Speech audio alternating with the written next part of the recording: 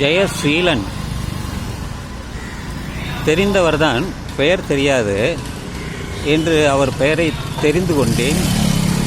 ஜெயசீலன் என்னுடன் மணலியில் வேலை பார்த்த கண்ணன் அவருடைய சம்பந்தி. அதனால்தான் அவருடன் தொடர்பு.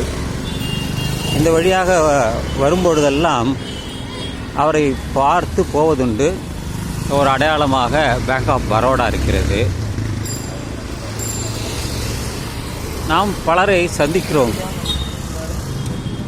பலரை நினைவில் வைத்துக் கொள்கிறோம், சிலரை தொடர்ந்து பயணிக்கிறோம்.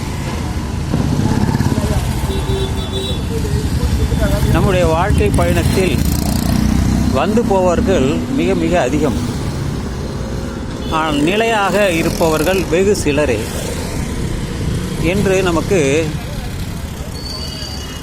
முகநூல், வாட்ஸ்அப் வந்துவிட்டதால் எல்லோருடன் நம் எளிதாக தொடர்பு கொள்ள முடிகிறது. அது நமக்கு பெரிய வரப்பிரசாதம். இன்டர்நெட் இருந்தால் போதும், நாம் வச்சுக்கலாம், எதை வச்சுக்கலாம், தொடர்பு வச்சுக்கலாம். இப்போ ஜெயசீலனோட நம்பர் எடுத்துக்கல, ஆனால் இப்போ அவருடைய ஃபோட்டோவை எடுத்துக்கிட்டேன். ஸோ அந்த பதிவு எப்போவுமே நிற்கும். ஜெயசீலனுங்கிற பெயரை வச்சுக்கிட்டதுனால எனக்கு அப்படியே நிற்கும். ஸோ நம்முடைய வாழ்க்கை பயணத்தில் கடைசி வரை யாரும் வருவதில்லை. ஏனால் பிறந்த நாள் முதல் இறக்கும் நாள் வரை நம்முடன் பெற்றோர்கள் இருந்திருப்பார்கள், உடன் பிறந்தவர்கள் இருந்திருப்பார்கள். காலப்போக்கில் நாம் வாழ்ந்த இடம் வேறாக இருக்கும், வாழும் இடம் வேறாக இருக்கும். என்னை பொறுத்தவரையில் அப்படித்தான். நான் மறையூர் கிராமம் மயிலாடுதுறையில் பிறந்தேன், கும்பகோணத்தில் பிறந்தேன், அங்கே வளர்ந்தேன், படித்தேன். ஆனால் வேலை தேடி சென்னைக்கு வந்துவிட்டேன். சென்னைக்கு வந்ததால் ஒரு 40 வருடங்களாக 50 வருடங்களாக நான் இங்கே தான் குடியிருக்கிறேன். வேலை இல்லை, பொழுதுபோக்க வேண்டும். 3 வேளையும் சாப்பிட்டு விட்டு பார்த்தவர்களையும் பார்க்காதவர்களையும் அப்படியே அவர்களுடன் பேசிக்கொண்டு போகும்படியாக வாழ்க்கை மாறிவிட்டது.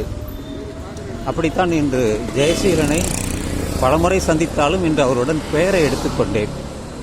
அடுத்த முறை வரும்பொழுது கூட அவருடைய எண்ணை வாங்கி கொள்ளலாம், நம்பர். இன்று நடைபயிற்சி தான். அப்படியே பார்த்துட்டு அப்படியே போயிட்டே இருக்க வேண்டியது தான். எனது மகளும் இங்கே தான் இருக்கிறாங்க. நான் இப்போ அங்கே போகலை. அப்படியே நேராக மெயின் ரோடு போயிட்டு மெயின் ரோட்லேருந்து தாதங்குப்பம் போய் சேர்ந்துருவேன்.